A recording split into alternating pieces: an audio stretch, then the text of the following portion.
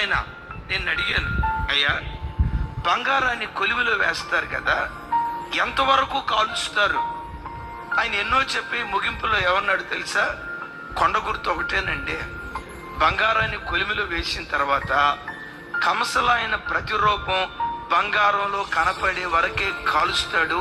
Once బంగారంలో కంసలైన ప్రతిరూపం కనపడిందంటే అగ్నిలో నుంచి తీసేస్తాడు. పరమ కంసాలి యేసుక్రీస్తు వారు మనలను శ్రమలనే కొలిమిలో వేసి కాల్చేటప్పుడు ఆయన పరిశుద్ధత నీలో కనపడే వరకే కాలుస్తాడు. ఆయన ప్రేమ నీలో కనపడే వరకే కాలుస్తాడు. ఆయన సాత్వికం, ఆయన దీనత్వం, ఆయన సంపూర్ణతకు సమానమైన సంపూర్ణత కలిగే వరకే కాలుస్తాడు. వన్స్ ఆయన సంపూర్ణత నీలో వచ్చిందా, నీ ఆభరణంగా తర్వాత మార్చడం ప్రారంభిస్తాడు. చప్పలు కొడుతూ స్తోత్రాలు చెప్దాం. అయితే ఒకటి, కాల్చబడేటప్పుడు నీ పెదవుల్లో నుండి బయలుదేరే మాటలు చాలా విలువైనవి.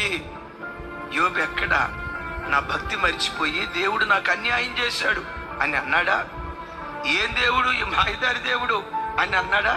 ఇక నేను ప్రార్థనకు రాను, కీర్తనకు రాను, స్తోత్రం లేదు, స్తుతి లేదు, ఇక ఉన్నదంతా ఆత్రమే, ఉపవాసం లేదు, గిప్పవాసం లేదు, ఇక సచ్చిన ఆదివారం చర్చికి నేను రానే అని అన్నాడా? ఒకటే మాట అంటాడు, అయితే ఇవన్నీ జరుగుతున్నాయి నిజమే, అయితే నా విమోచకుడు సజీవుడు, తర్వాత ఆయన భూమి మీద నిలుస్తాడు. బలహీనపడి రోగగ్రస్తమైన ఈ దేహాన్ని నా దేవుడు బాగు చేస్తాడు.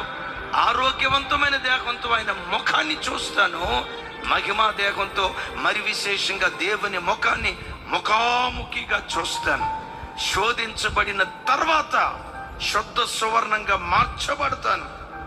మీలో ఎవరైనా పొయ్యి లాంటి నలుదిక్కుల శ్రమల మధ్యలో కాల్చబడుతూ ఉంటే, యోబుకు రెండంతల దీవెనిచ్చిన దేవుడే నీకు నీ పిల్లలకు రెండంతల దీవెన దేవుడు అనుగ్రహించును గాక.